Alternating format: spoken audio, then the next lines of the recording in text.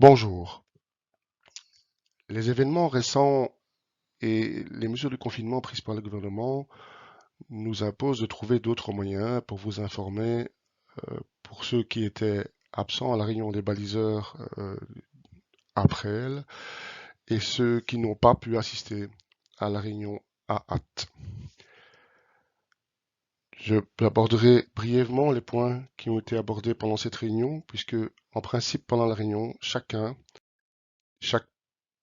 personne ressource du Hainaut a apporté sa contribution à la présentation. Ici, je suis le seul avec mon micro et je vais donc essayer de reprendre l'ensemble des commentaires qui ont été faits pour les présentations précédentes. Au sommaire, bien, nous avons accueilli les nouveaux et remercié les anciens. Nous avons rappelé brièvement la structure de la SBL et présenté la structure de l'équipe du Hainaut. Quelques informations utiles, notamment le site web, les communications et un appel d'offres. La rétrospective 2019 et les projets pour 2020, ou du moins ceux qu'on peut encore réaliser. Le balisage, comment et pourquoi. Parler un peu des modifications sur le GRP 123 et le GR 412, des autres projets en cours. Aborder la veille des sentiers. Aborder aussi les nécessaires documents que vous devez produire, comme le rapport de balisage et la charte et l'engagement. Et puis, en principe, à la fin de la réunion, se termine par un quiz et un after sucré. Je ne peux évidemment pas vous communiquer un morceau de tarte par cette vidéo. Les nouvelles et les nouveaux baliseurs ont été accueillis. Certains étaient à la réunion, d'autres devaient l'être à la réunion suivante. Vous trouverez les noms sur le slide affiché pour le moment. Nous avons également remercié les anciens qui ont tiré un trait. On pense à ces baliseurs qui ont servi dignement légère pendant quelques années et qui ont dû arrêter pour des raisons quelconques parce que la disponibilité ou la santé ne permet plus d'assumer cette tâche. Nous remercions Jean-Marie Maquet, Jean-Marie Cao, Sylvain de Mystère, Jean-Pierre de Villet et Benoît Dutry. Parlons un peu de la structure de l'SBL, notre équipe. La structure de l'SBL, comme toute SBL évidemment, commence par une assemblée générale qui est tout en haut de la chaîne et qui est évidemment épaulé par un conseil d'administration. Ça, c'est pour la structure. En général, les structures sont pyramidales. Chez nous, elles sont un peu moins pyramidales et plus matricielles. Nous avons un coordinateur opérationnel qui chapeaute quatre réseaux. Quatre pôles, pardon. Le pôle réseau, le pôle topo, le pôle communication et le pôle support. C'était Yves Soilus. Il a récemment démissionné et c'est notre ami Lucien Antoine, que vous connaissez tous, qui reprend ce poste de coordinateur opérationnel. Nous le félicitons au passage. Ensuite, on a des équipes d'appui qui sont l'équipe de relecture pour les topos, l'équipe de sentinelles qui sont là pour réagir aux problèmes sur les sentiers, une équipe de cartographes qui sont là pour appuyer le pôle topo et le pôle réseau par exemple, puis l'équipe de permanence qui vont en Mundo et qui permettent d'assurer les permanences pour empaqueter des topos à vendre, ou envoyer les commandes, vendre des topos sur place, répondre aux questions des personnes qui téléphonent directement au GR. Et puis nous avons les zones. Alors les zones, grosso modo, elles sont construites sous la structure des provinces, bien que pour le Hainaut, et typiquement pour le Hainaut, la zone est bien plus étendue. Elle descend par exemple sur toute l'Anse-aux-Sambre-et-Meuse, et nous balisons pour la zone du Hainaut jusque la Meuse, donc par exemple la vallée de l'Hermeton, qui est pourtant en province administrative de Namur, et bien dans la zone du Hainaut. Il faut quand même se rappeler que les sentiers de randonnée, c'est 2000 membres, c'est 5000 km de sentiers environ qu'il faut baliser, et ce avec environ 300 baliseurs. C'est quand même une belle structure. L'équipe de la zone du Hainaut, elle n'a pas changé malgré les nouvelles affectations, mais que les étiquettes peuvent évoluer un peu. Nous avions de gauche à droite Jean-Pierre Gillard, qui est le coordinateur des baliseurs pour le Hainaut Sud. Jean-François Dopchy, qui est du Hainaut occidental et que vous connaissez certainement tous de ce côté-là. Michel, qui est l'adjoint de Micheline. Lucien, qui était jusqu'à présent le responsable des ressources humaines et qui passe coordinateur opérationnel. Yannick, qui est le coordinateur des baliseurs de la Wallonie-Picarde. Michel Aiguermont, qui est la sentinelle pour la zone Hainaut, mais qui va probablement changer de fonction puisqu'il reprend les tâches de Lucien au niveau des ressources humaines. Bravo pour lui. Et moi-même, qui m'occupe de la promotion pour l'ensemble de la zone du Hainaut.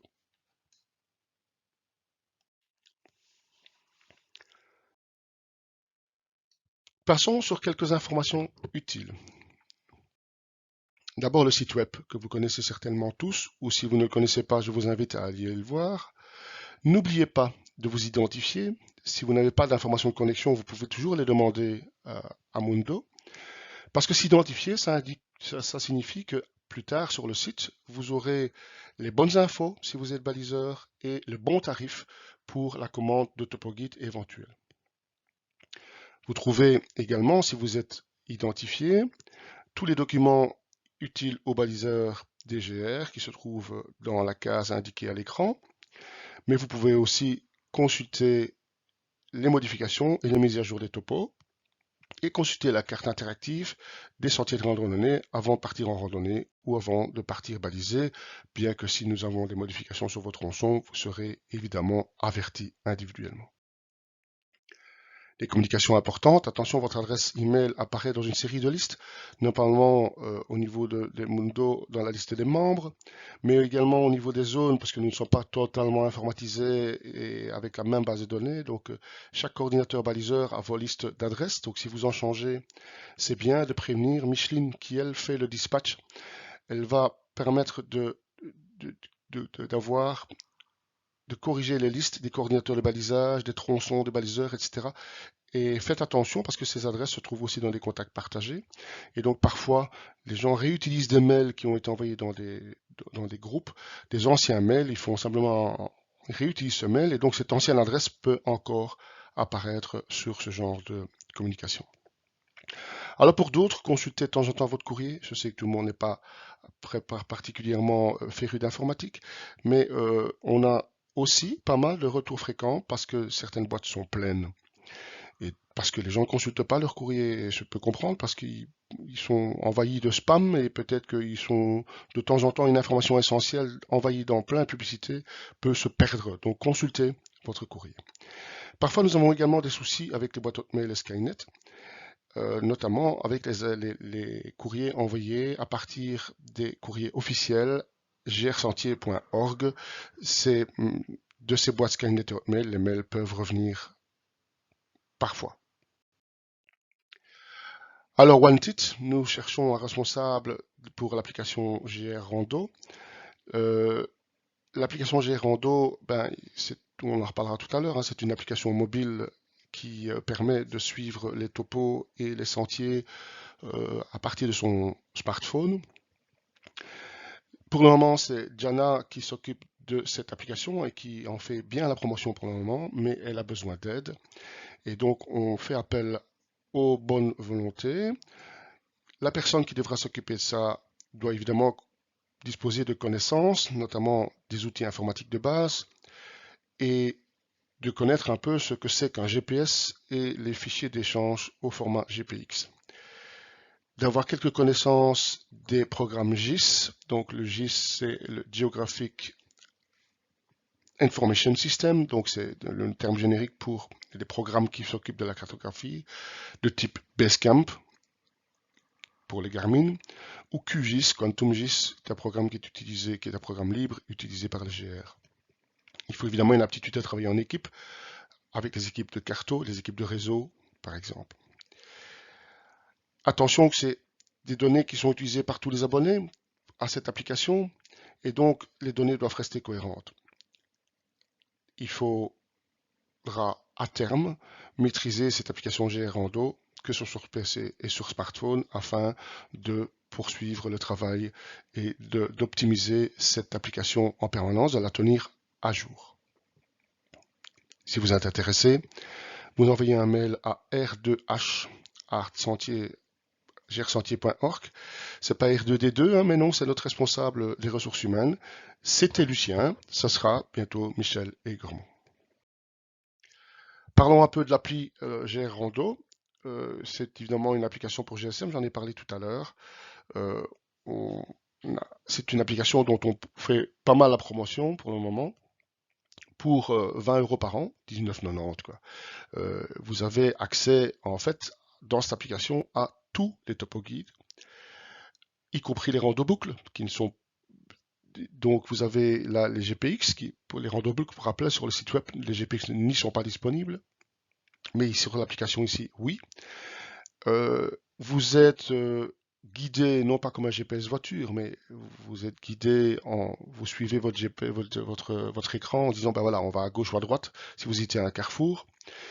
Il y a également des alertes sonores, donc si vous déviez de plus de 50 mètres de la trace qui est sur votre téléphone, votre smartphone va émettre un son vous indiquant que vous sortez de l'itinéraire prévu.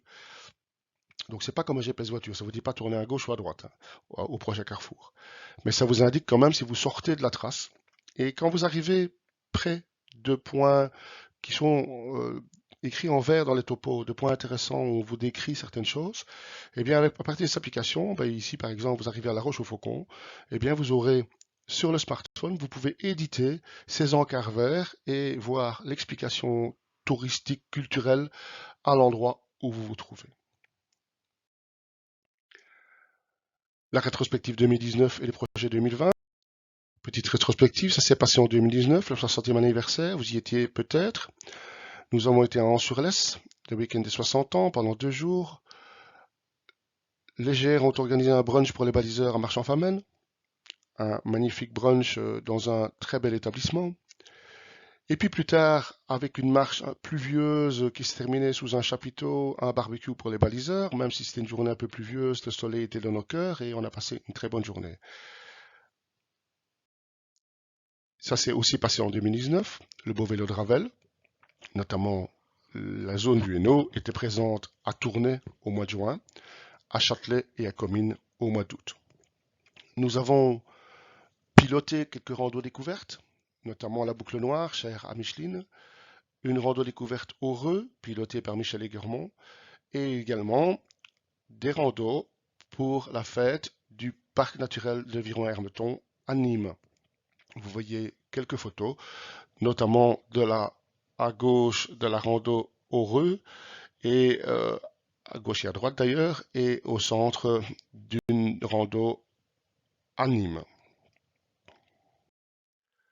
Quelques projets en 2020. Le 26 du 4, la boucle noire, elle est évidemment tombée, elle a été annulée pour les raisons que vous connaissez maintenant. Le 23 mai à Gerpine, à 20 km avec un rendez-vous sur le parking de la Poste. Nous espérons que cette randonnée puisse se passer normalement et que la menace du coronavirus se soit éloignée. Au mois de juin, c'est encore plus loin et avec le même espoir, nous irons à Scourmont, entre Scourmont et Couvin. C'est une rando en ligne, je vous en parlerai juste après. En clair, nous avons le projet de fermer le triangle du SAT et cette rando va découvrir un bout de chemin qui est en train d'être étudié pour le moment pour fermer cette boucle. C'est une rando en ligne, eh bien on se donne rendez-vous quelque part, on monte dans un bus et qui nous emmène au point de départ et on revient à pied. Il y aura ce jour-là une petite participation financière de 2 € qui sera demandée pour financer la location de l'autocar qui va nous emmener du point de parking jusqu'au point de départ. Nous avons aussi au mois de septembre, nous participons aux fêtes du patrimoine et on nous a demandé dans les différentes provinces d'organiser des randonnées. Nos amis de la WAPI organisent une randonnée au départ du parc d'Anguien de 8 km, donc accessible à toutes. Et Michel Aiguermont a tracé un superbe parcours qui fait la part belle et au parc d'Anguien et au nouveau tracé du GRP 123. Ensuite, en septembre, le week-end qui suit, nous avons en principe notre week-end de rencontre qui se passera à Tournai. Et ensuite, en octobre la fête du parc naturel de Viron-Hermeton à Nîmes avec des randonnées et un stand. Donc le week-end de rencontre a tourné.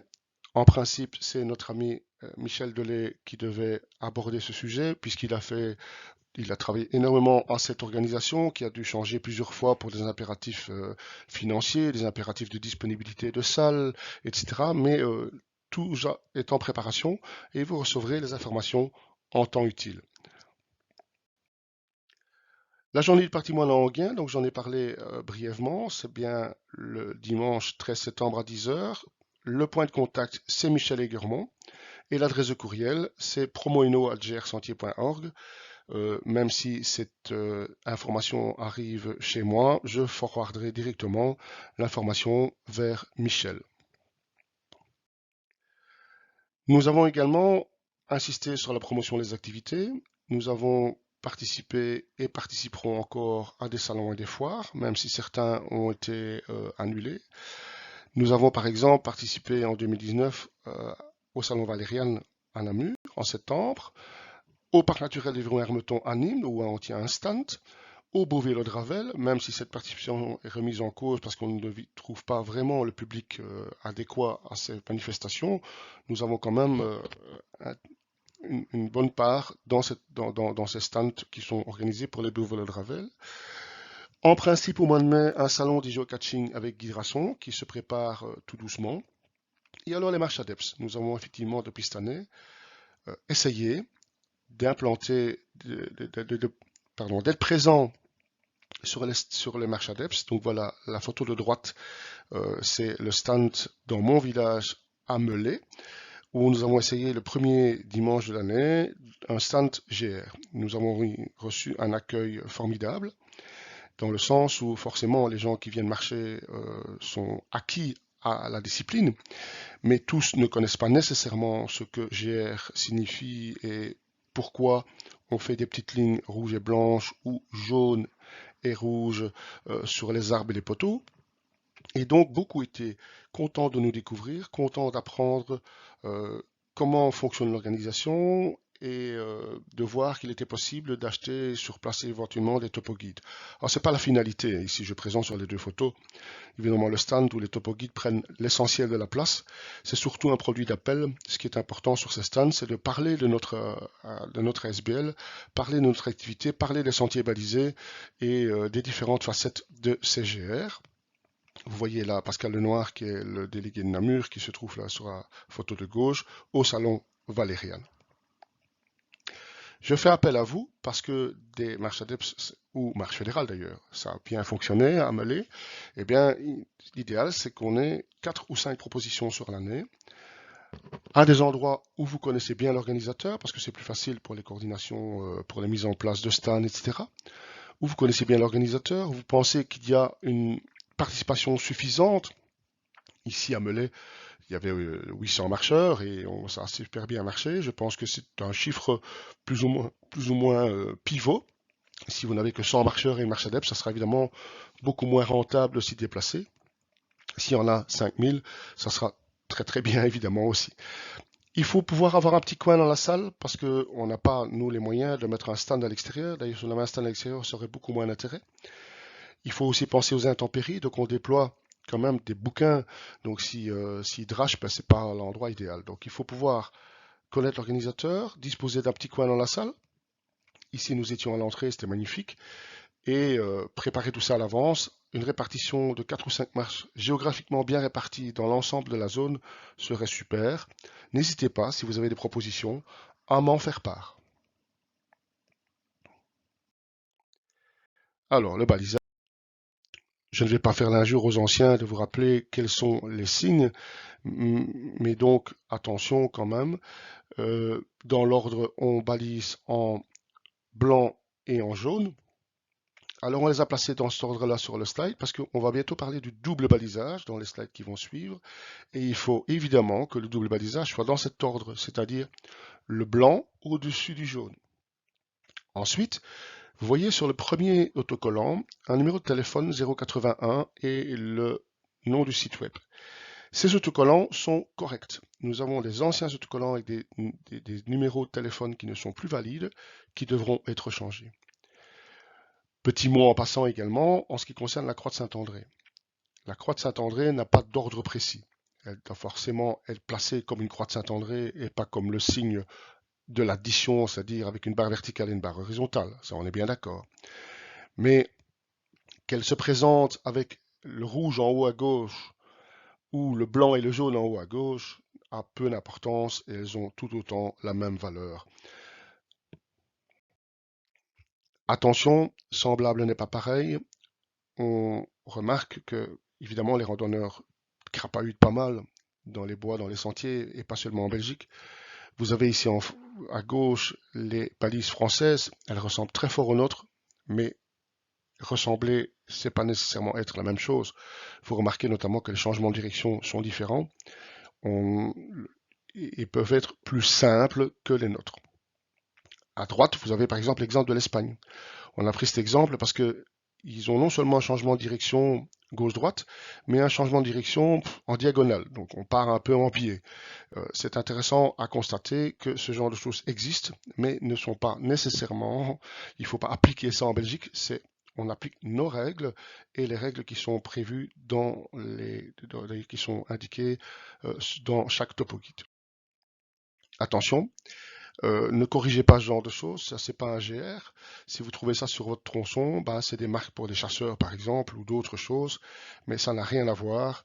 Surtout ne suivez pas ça ou ne corrigez pas ça. Ce ne sont pas nos marques, mais des marques d'autres associations et essentiellement dans ce cas-ci. Alors on demande aux baliseurs de repasser au moins une fois par an. Ben, pourquoi?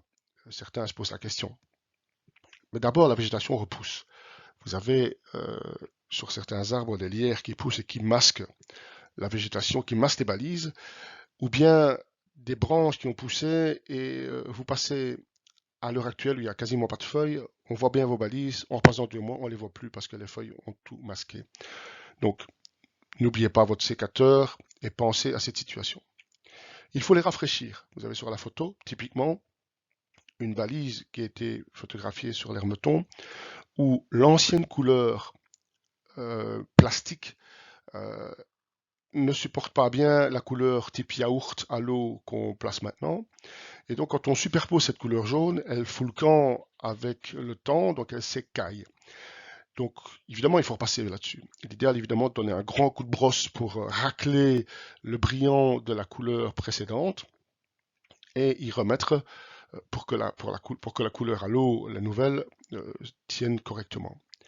Certaines balises peuvent avoir disparu ou avoir été déplacées. On pense notamment à des panneaux routiers qui seraient placés ou ajoutés et qui masquent nos balises. Donc, bien faire attention à ça. Remplacez également les autocollants avec des anciens numéros de téléphone par les nouveaux. Vous voyez ici sur l'image, le 070 n'existe plus.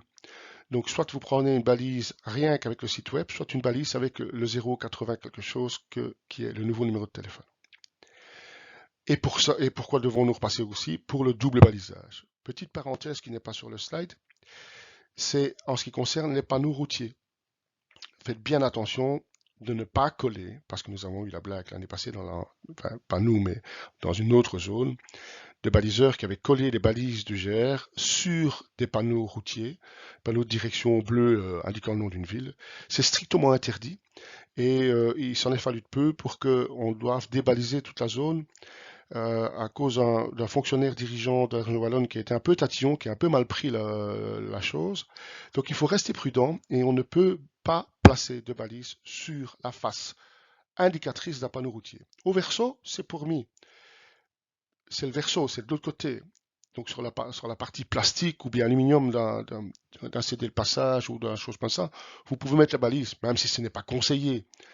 Mais si vous n'avez pas d'autres possibilités, faites-le, mais ce n'est pas l'endroit idéal. Par contre, sur un panneau indicateur, une direction, une flèche, ou bien quelque autre panneau, surtout ne le faites pas, c'est strictement interdit.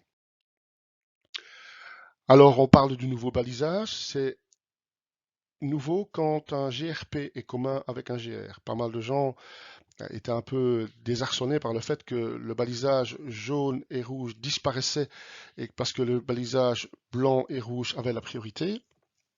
Et donc, les gens peu habitués au bannis étaient un peu décontenancés.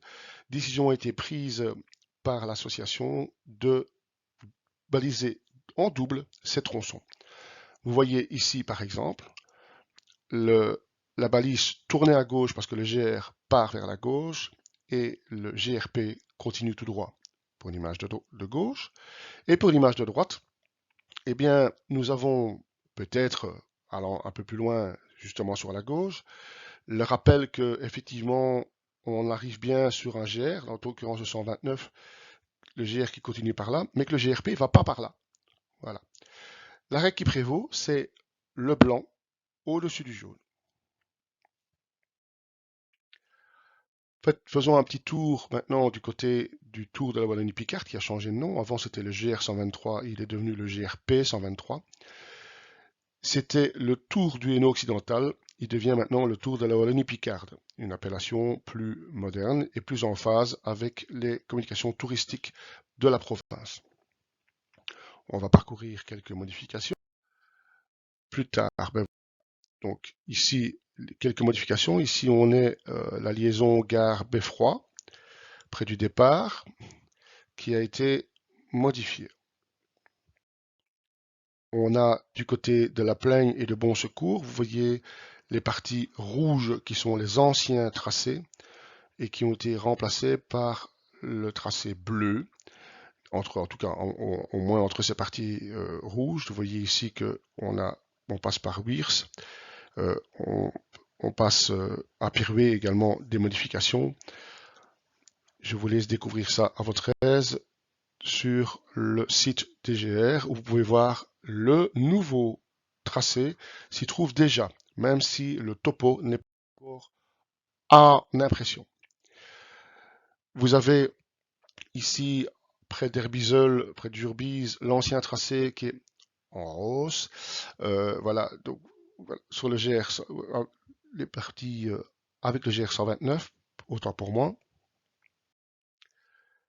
De nouveau, la partie près de Âtre, Gondreny.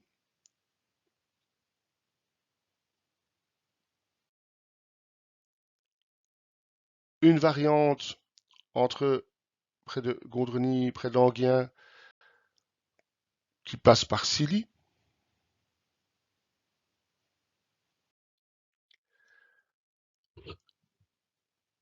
On retrouve le tracé qui passe par Anguien et les bois de Lessines. On rappelle que la randonnée qui a été décrite pour le mois de septembre, pour la journée du patrimoine, va faire la part belle à une partie de ce parcours. La partie bois de Lessines, Moulin d'Augy, on voit près d'Augy également une modification du tracé.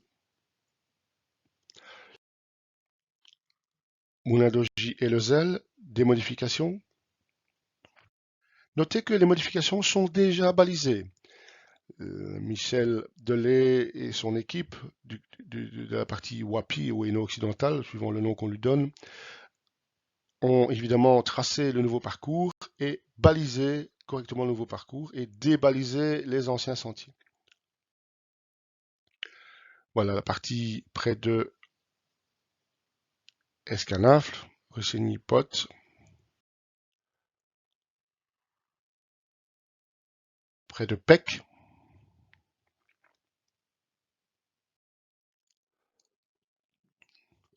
Mont-Saint-Aubert, les modifications, ainsi que les modifications près de la liaison. Alors, les baliseurs du Hainaut occidental. Vous avez la liste, je ne vais pas lire chaque nom pour éviter d'alourdir la vidéo et de l'allonger au départ, mais vous avez le tableau. Alors, comment lire les tableaux, même si vous n'y êtes pas, parce que les tableaux suivants sont structurés de la même manière. Vous avez le numéro du tronçon, la zone, HO, Indo-Occidental, le point de départ et d'arrivée, deux colonnes. La première colonne, c'est le balisage blanc-rouge. Deuxième colonne, le balisage jaune-rouge. Quand vous voyez deux croix, c'est évidemment le double balisage qui est le cas pour à part Bon Secours. Vous avez le nombre de la distance du tronçon, le numéro de référence et le nom du baliseur qui se trouve dans le nom et le prénom du baliseur qui se trouve dans les dernières colonnes. Voilà le deuxième tableau.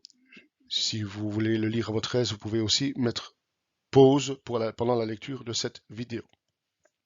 Remarquez qu'ici, j'ai GRP123 qui a pas mal de zones avec double balisage. Tableau suivant. Toujours pour le GRP123 avec beaucoup de double balisage entre le 123 et le 129.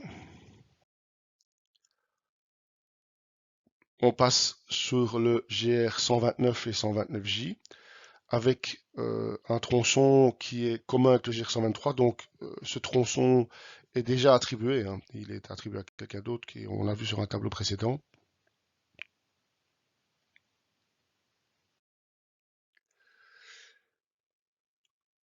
Attention peinture fraîche, tout ça c'est des modifications. Donc Bernissard et Louche, etc. On a mis le panneau, donc les tronçons ont un peu changé. Donc faites attention sur votre tronçon, suivez bien les indications que le coordinateur baliseur va vous donner. Alors, en cours, réédition aussi du topo du GR412. Les sentiers des terris étaient déclinés en 2 topos. On l'a remis tout dans un seul, mais c'est épuisé. Donc, les anciens topos en 2 topos sont épuisés. Donc, on est en train de réécrire un seul topo. Il faut pour autant faire maigrir ce topo. Et donc, on a dû revoir pas mal de boucles qui ont disparu. Et pour faire maigrir d'abord au niveau du texte, qui était peut-être un peu plus lourd et qui sera beaucoup plus succinct, et certaines boucles autour du CGR 412 ont disparu. Donc on a revu les tracés pour intégrer la plus belle partie des boucles au tracé initial. On part bien de la machine à feu de Bernissard et on va jusque Blénimine en un seul topo. Petite chose qui s'est envisagée également, c'est de prolonger le GR412 vers la France, vers le chemin des terris français. Alors c'est toujours à l'étude parce qu'il faut évidemment une coordination interfrontalière avec le GR français. Il faut quand même savoir que ce sentier aurait été emprunté par Van Gogh quand il a fait sa pérégrination pour venir peindre en Belgique. Nous en reparlerons quand ce sentier sera véritablement opérationnel et prêt à être parcouru. Alors, en cours de réédition du topo GR412, comme on l'a fait pour le GRP 123, quelques dias qui montrent des modifications. Ici, le tronçon entre cimetière de Warquigny, Douré-Louge. Petite modification du côté de Colfontaine. Donc, on abandonne la boucle du circuit numéro 2. Ici, Ornu, modification du paysage urbain. Donc, on passe plus nécessairement directement sur le terri, mais le nouveau tracé est en vert. Modification aspienne vers les anciens champs d'extraction de silex et les sites des minières. Modification à Villers-sur-Aisne vers la réserve naturelle. Une modification pour aller vers le pass, qui serait quand même dommage de rater. On abandonne la boucle du pass, mais on y passe quand même. Donc on abandonne la boucle, mais on a pris la partie où on passe près du pass. Désolé de l'euphémisme. Le circuit numéro 4 le long du canal et des ascenseurs à bateau. Et abandon du parcours du circuit numéro 4. Fontaine-l'Évêque, on passe par le terri du Calvaire et du Pétria, et plus à l'extérieur. Sur la boucle noire, on rentre sur le terri du Martinet, non plus par la ferme, mais par les bâtiments qui ont été sauvegardés. Au château de Monceau, on a changé de cheminement pour suivre l'arboretum et avoir une vue sur les étangs qui ont été créés. Donc un parcours plus bucolique. À Montigny-sur-Sambre, pareil, on passe par des rues beaucoup plus calmes plutôt que de traverser Montigny-sur-Sambre et sortir du trafic qui est devenu plus important dans le centre. À Farciennes, on va traverser le bois de Pironchamp et des routes de campagne avec une vue sur la tour du Roton. À Moigné, on passe dans la zone Natura 2000. Voilà, alors pour les baliseurs du Hainaut Sud, je remontre le tableau. Pareil que pour les baliseurs du Hainaut Occidental, on a la même structure, numéro, la zone Hainaut HS comme Hainaut Sud, deux colonnes, la première étant le blanc et rouge, la deuxième le jaune et rouge, la distance du tronçon et le nom du ou des baliseurs sur ce tronçon. Voilà la deuxième partie, GR12, toujours évidemment en blanc et rouge. La partie du GRP 125, balisée en jaune et rouge.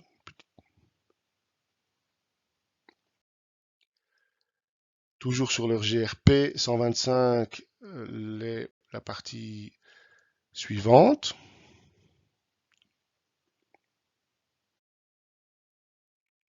Et puis le GR 129.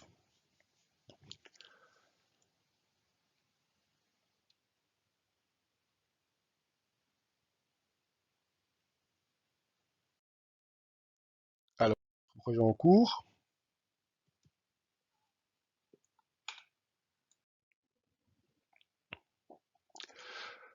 Voilà, nous sommes ici sur la partie de la liaison entre le SAT, donc le sentier des habits trappistes, pardon, et le GR12.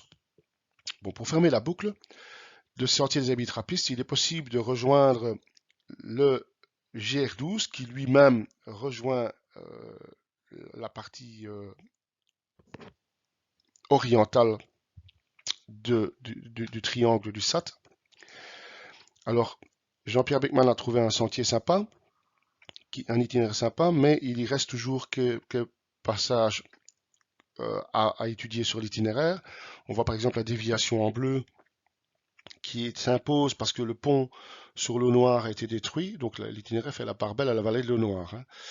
Et puis un deuxième passage douteux qui est un passage qui passe près de propriétés privées qui ont la fâcheuse tendance à essayer de ne pas accepter qu'un GR passe près de leur propriété. Pour rappel, c'est la rando du 12 juin, autant pour moi, du 20 juin, fera la part belle à la découverte de ce parcours. Puisqu'on partira, on se donne rendez-vous à Couvin, et on va jusqu'à Scourmont, et on revient à pied. Autre projet, la réédition des randos boucles dans les parcs naturels. Il y avait un topo actuel avec 18 randos boucles pour 9 parcs naturels. Il faut savoir que maintenant on est passé à 11, voire 12 parcs naturels en Wallonie, qu'il y a 4 parcs naturels dans notre zone du Hainaut, oui, y compris le parc naturel du Viron-Hermeton, hein, qu'on remarque pourtant dans la province de Namur, mais il fait partie de notre zone de travail. Et donc, sur ces 4 parcs naturels, on va, pour chacun d'eux, trouver 3 randos boucles. Et au final, quand toutes ces boucles auront été écrites pour l'ensemble des parcs, toutes ces boucles feront l'objet de 2 topo-guides qui sont en projet à l'heure actuelle. Autre projet sont les randos GAG. Alors, c'est absolument pas un gag, mais simplement l'abréviation des randos de gare à gare par les GR et les GRP. Alors, il est prévu à l'heure actuelle déjà un topo qui est en chantier pour 25 randonnées, 5 randonnées par zone, décrites brièvement en 5 pages avec les cartes incorporées au texte, donc un peu de manière différente que les randos boucles à l'heure actuelle. Et évidemment, comme on a pas mal de possibilités, un deuxième tome est déjà envisagé pour la suite. Projet à suivre donc. Petit mot de la veille des sentiers, en principe, Michel Aiguremont qui fait cette partie. Rappelez-vous que la veille des sentiers est là pour éviter l'appropriation des sentiers publics par des propriétaires privés un peu indélicats qui privatisent de manière sauvage certains sentiers. Michel nous a parlé et nous a rappelé le cas du Loury à Hames-sur-Eure. où au moment de la réunion, en tout cas de Hainaut Sud, la pétition était en cours, elle s'est terminée, parce que c'est une affaire qui dure depuis plus de 8 ans et qui n'est malheureusement pas encore terminée, puisque malgré plusieurs interventions au tribunal qui donnaient raison au chantier GR, euh, des, des retours, des appels divers font que cette situation n'est toujours pas réglée définitivement. Vous avez probablement entendu parler de ça. La pétition a circulé sur le Facebook et sur le site du GR. On parle un peu et brièvement des documents à rentrer, notamment le rapport de balisage, de la charte d'engagement. Donc le rapport de balisage, le formulaire se trouve sur le site web. Il change un peu de temps en temps, hein. Vous devez rentrer ce rapport tous les ans. Alors il faut l'envoyer par mail et l'envoyer à Micheline. Rappel de l'adresse de Micheline, c'est eno@grsentier.org. Alors, c'est un document que vous devez rentrer même si vous n'avez pas de problème. Mais si vous en avez, c'est bien de les mentionner. Donc, il faut parler des problèmes que vous avez rencontrés et vos suggestions éventuellement sur le tronçon. Vous êtes le plus à même, vous visitez votre tronçon au moins une fois par an. Peut-être que vous avez des suggestions à formuler et de faire remonter ces suggestions vers le haut. C'est toujours intéressant.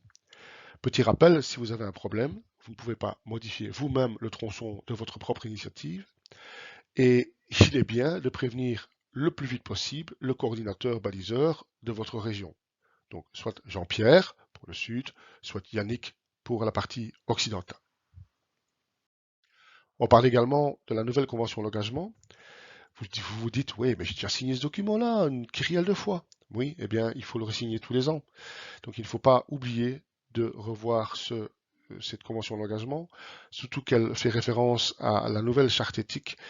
Et donc, merci de le compléter et de le renvoyer à Micheline. La charte éthique, pourquoi une charte éthique? Eh bien, parce que nous faisons partie d'une ASBL qui porte des valeurs et que ces valeurs doivent être forcément rencontrées par les gens qui sont actifs dans cette ASBL. Chaque baliseur doit avoir conscience qu'il balise un tronçon, que son tronçon a un tronçon avant lui, qu'il y a un tronçon après, et qui prend place dans une continuité, que ce maillon-là, le maillon qu'il balise, est important, parce que si le moindre maillon lâche, l'ensemble de la chaîne peut rendre peut être moins opérationnel parce que quelque part quelqu'un ne fait pas ne respecte pas ce pourquoi il s'est engagé. On parle aussi de la difficulté de la solidarité.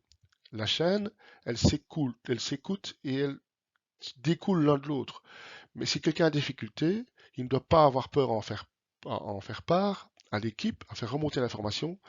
Nous avons des baliseurs en réserve, nous avons des gens qui sont plus disponibles que d'autres, et donc il est possible de suppléer aux difficultés temporaires ou des difficultés à plus long terme de gens qui ont changé de travail, qui ont moins de disponibilité, ou qui ont des problèmes de santé temporaires, qui ne savent pas assumer cette année-ci, par exemple, de repasser sur un tronçon, peuvent être sans problème. Il faut simplement en parler et ne pas avoir peur d'en parler. On parle aussi de fierté parce que nous sommes 300 fourmis, que nous avons un réseau qui permet de découvrir Bruxelles, la Wallonie, au rythme des pas de chacun. Chaque train de Princeau fait partie de la maille, elle est un plus.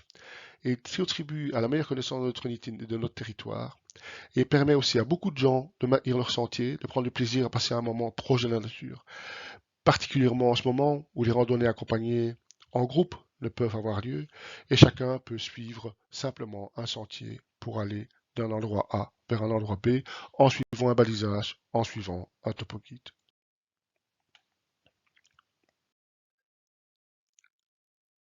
La présentation se termine, en tout cas cette vidéo, puisque en temps normal, on vous aurait présenté le quiz préparé cette année par Alain Scoboboda de la zone du Brabant Wallon.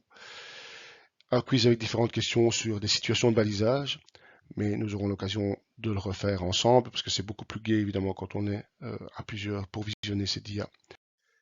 Merci de votre attention. Si vous avez des questions, n'hésitez pas à en faire part à votre délégué de zone, à votre coordinateur baliseur. Et puis tant pis pour la tarte, mais nous avons eu l'occasion de, puisqu'elles étaient commandées, de les donner à une association d'entraide. et donc elles n'ont pas été jetées à la poubelle. C'est déjà un peu rassurant à savoir. Nous aurons, je l'espère, bien d'autres occasions de repartager un morceau de tarte quand la situation ira beaucoup mieux et que nous pourrons nous revoir en bonne santé. À bientôt!